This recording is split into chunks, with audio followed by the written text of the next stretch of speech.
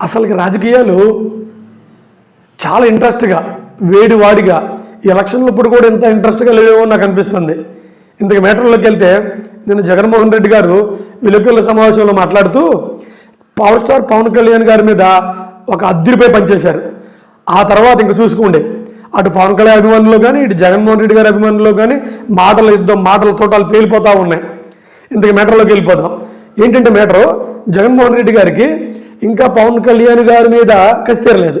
ఎందుకు కసి అంటారా, అసలు గెలవదనుకున్న టీడీపీ ప్రభుత్వాన్ని బీజేపీతో పొత్తు కలిపి టీడీపీ ప్రభుత్వాన్ని అధికారంలోకి తీసుకురావడానికి పవన్ కళ్యాణ్ గారు 90% కృషి చేశారు. అది జగన్మోహన్ రెడ్డి గారికి తెలుసు, మనకే తెలుసు. అందుకే జగన్మోహన్ రెడ్డి గారికి పవన్ కళ్యాణ్ గారి మీద బాగా కసి. సరే, అతను మొన్న విలేకరుల సమావేశంలో మాట్లాడుతూ అంతా అయిపోయిన తర్వాత నాకు ప్రతిపక్ష హోదా ఎందుకు ఇవ్వరు, మీరు ఇస్తేనే కదా మేము ప్రజా సమస్యల మీద పోరాడేది అని బాగానే మాట్లాడారు. అంతవరకు కూడా అద్భుతంగానే వెళ్ళిపోతుంది ఆ ప్రెస్ మీట్.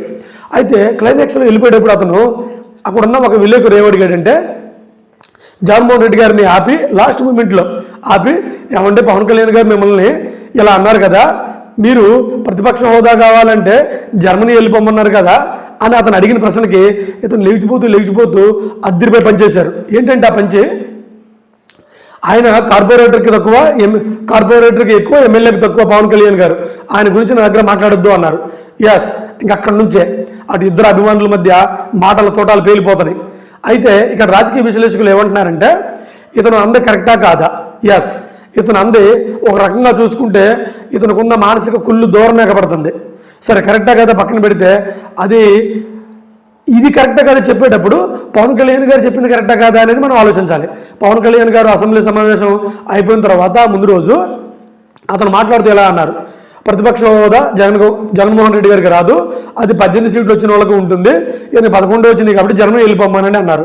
అతను జర్మనీ వెళ్ళిపోమని ఎందుకన్నారంటే, జర్మనీలో మాత్రమే ఓటర్ పర్సంటేజ్ని చూసి ప్రతిపక్ష హోదా ఇస్తారు, సీట్లు బట్టి కాదు. కానీ మన ఇండియాలో అలా కాదు, సీట్లు బట్టి ఇస్తారనమాట. అందుకని ఆయన అలా అన్నారు. ఆయన అన్న దాంట్లో కొద్ది గొప్ప న్యాయం ఉంది, కానీ జగన్మోహన్ రెడ్డి గారు అన్న దాంట్లో మాత్రం న్యాయం లేదు. ఎందుకంటే అది కడుపు మంటకు పడుతుంది. సరే, ఎందుకు న్యాయం కాదంటున్నానంటే, 21 సీట్లు గెలుచుకున్న అతను కార్పొరేటర్ కంటే ఎక్కువ అయ్యి ఎమ్మెల్యే కంటే తక్కువ అయినప్పుడు 11 సీట్లు గెలుచుకున్న జగన్మోహన్ రెడ్డి గారు ఏమవుతారు, మున్సిపాలిటీ వార్డు మెంబర్ అవుతారా అని మనం అంటలేదు, పవన్ కళ్యాణ్ గారు అభిమానులు అంటున్నారు.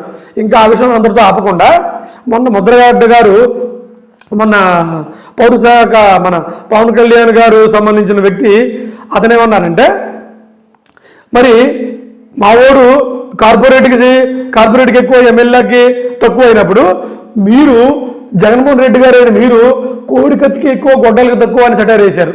ఇలా వీళ్ళిద్దరి మధ్య గొడవ చిలుకు వానాయి. అది మన ఎలక్షన్లో అప్పుడు ఎంత హడావుడిగా ఉండిద్దో అంతే హడావుడిగా అంతే ఆనందంగా ఉంటుంది. సరే, ఏదేమైనప్పటికీ ఇది ఎంత దూరం వెళ్ళిద్ది ఏంటి అనేది మనం పెద్దగా ఇప్పుడేం చెప్పలేము. అయితే ఒకటి మాత్రం జగన్మోహన్ రెడ్డి గారు ఆవేశపూరితంగా అనాలోచితంగా ఒక తప్పు చేశారు. తప్పు అంటే అది ప్రస్తుతం తప్పులాగా అనిపిస్తుంది. ఏంటంటే, అది పవన్ కళ్యాణ్ గారిని ఆయన మానానికి ఆయన వదిలేస్తే అతను టీడీపీతో చీలిక పెట్టుకొని బీజేపీతో పొత్తు పెట్టుకుంటే జగన్మోహన్ రెడ్డి గారికి రాబోయే ఎలక్షన్లో వాళ్ళని ఓడించడం ఈజీ అయ్యేది. కానీ ఇప్పుడు పవన్ కళ్యాణ్ గారు ఏం చేస్తారంటే, అటు టీడీపీని బీజేపీని జనసేనని ముగ్గురిని కలిపి ఉంచుతారు రాబోయే ఎలక్షన్లో కూడా. అప్పుడు జగన్మోహన్ రెడ్డి గారికి ఓడించడం కొంచెం కష్టం కావచ్చు. సరే, ఏదైనప్పటికీ అప్పుడు రాజకీయాన్ని ఇప్పుడే అంచనా వేయలేం. అయితే ఈ రాజకీయాన్ని విశ్లేషించే వాళ్ళకి మాత్రం ఇది చాలా ఎంటర్టైన్మెంట్గా ఉంటుంది అనడంలో ఏ సందేశం లేదు. జై హింద్.